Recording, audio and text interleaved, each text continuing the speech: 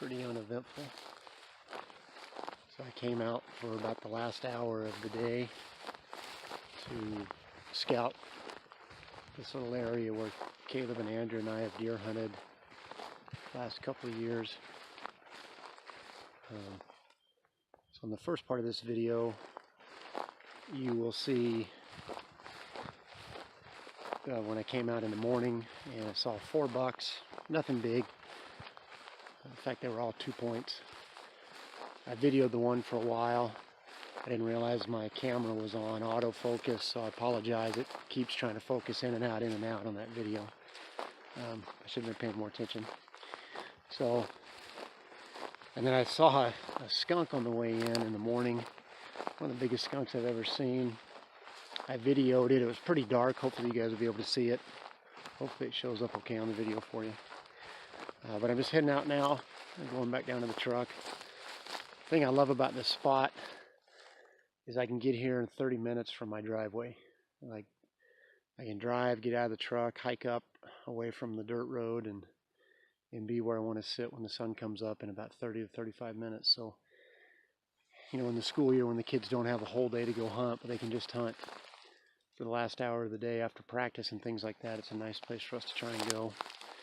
It's a little patch of public land that's surrounded by a lot of private land, actually. So anyway, I wanted to do the second part of the lessons in leadership from Jonathan and his armor bearer. And last time we talked about the fact that good leaders over communicate. And the second principle is related to that, and that's that good leaders seek feedback from the people that they're leading. So in the story, Jonathan says, you know, let's go and do this.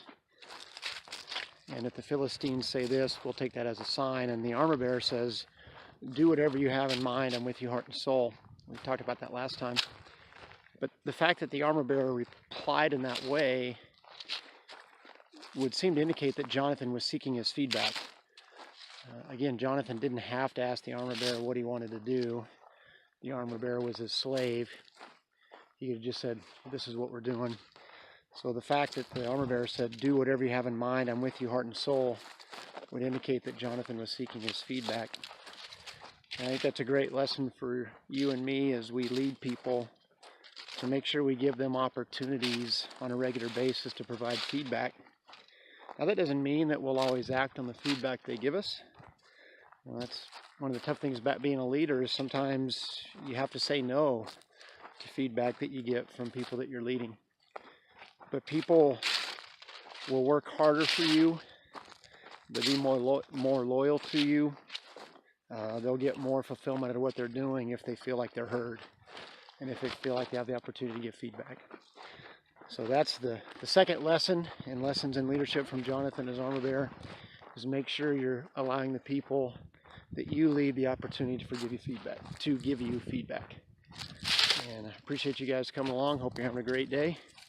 I would love to see some pictures of some of the animals that you guys harvest this year. A lot of seasons are underway now.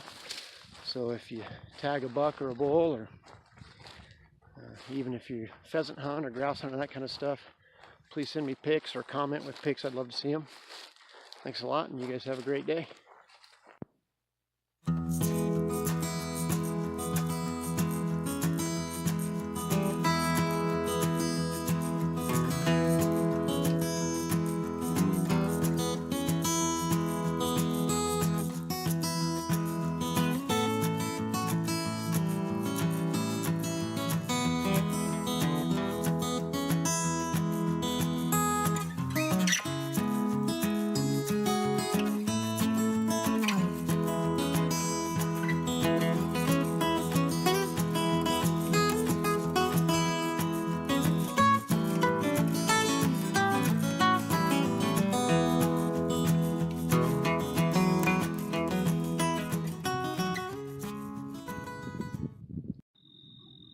Getting dark. There's a little dinky spike and a doe. You can barely see a spike sticking out.